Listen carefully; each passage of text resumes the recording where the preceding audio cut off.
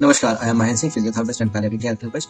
आज के वीडियो का हमारा टॉपिक है डिमेंशिया, अर्थात भूलने की बीमारी। डिमेंशिया कोई बीमारी नहीं बल्कि लक्षणों का समूह। इसमें दिमाग की कोशिकाएं धीरे धीरे नष्ट या कमजोर होने लगती हैं। इसका सीधा असर बुजुर्गों की याददाश्त, सोच, निर्णय लेने की क्षमता, भाषा और व्यवहार पर पड़ता है। साधारण शब्दों में बुजुर्ग धीरे धीरे भूलने लगते हैं, चीजों को भी भूलने लगते हैं और उन्हें अपनों को भी पहचानना मुश्किल हो जाता है। डिमेंशिया क्यों? पहला कारण उम्र बढ़ना।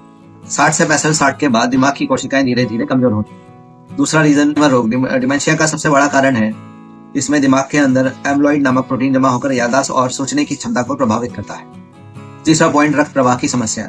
अगर बुजुर्ग को स्ट्रोक हो जाए तो दिमाग में खून की सप्लाई घट जाती है और धीरे धीरे सोचने की क्षमता पर असर पड़ता है। चौथा पॉइंट, पार्किंसन डिसीज। इस बीमारी में भी धीरे धीरे डिमेंशिया के लक्षण आ जाते हैं। अन्य कारण, शराब का अधिक सेवन, सिर पर चोट, थायराइड या विटामिन B12 की कमी, डिप्रेशन और सामाजिक अलगाव भी इसके कारण में शामिल है। शुरुआती लक्षण, बार बार चीजें भूलना, अपने नाम को भूल जाना, बार बार एक ही सवाल पूछना, घर का रास्ता भूल जाना, रोजमर्रा के कामों में कठिनाई होना जैसे कि कपड़े पहनना और पैसे का हिसाब रखना, मूड बदलना, चिड़चिड़ापन या उदासी। अगर ये लक्षण दिखे तो इन्हें अनदेखा ना करें। उपचार और देखभाल। डिमेंशिया का अभी तक स्थायी इलाज नहीं है, लेकिन सही समय पर उपचार और देखभाल से बीमारी की गति को धीमा किया जा सकता है। दवा, मेमोरी बूस्टिंग दवाएं देते हैं या दिमाग की कोशिकाओं को सक्रिय रखने में मदद करती हैं। बीपी, शुगर, कोलेस्ट्रॉल कंट्रोल करना बहुत आवश्यक है।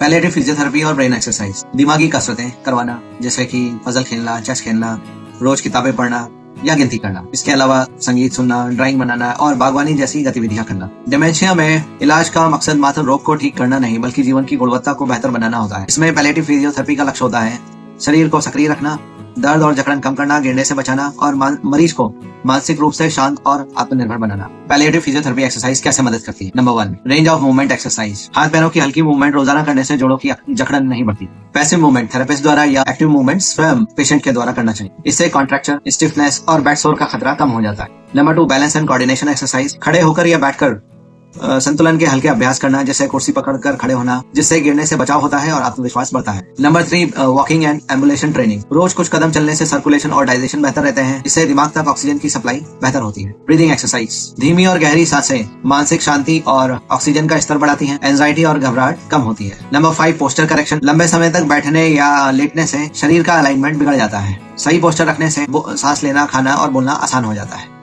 मानसिक और भावनात्मक लाभ। शरीर की हर हलचल मस्तिष्क की मोटर एरिया को उत्तेजित करता है। यह मस्तिष्क को सक्रिय रखता है और डिमेंशिया की प्रगति को धीमा करता है। Music plus movement therapy. हल्के संगीत के साथ मूवमेंट करने से मूड अच्छा रहता है और पेशेंट खुश महसूस करता है। नंबर 3, रूटीन का एहसास। रोजाना एक तय समय तक पर एक्सरसाइज करने से दिमाग को स्थिरता का अनुभव मिलता है। परिवार और मरीज की देखभाल करने वालों के लिए मदद।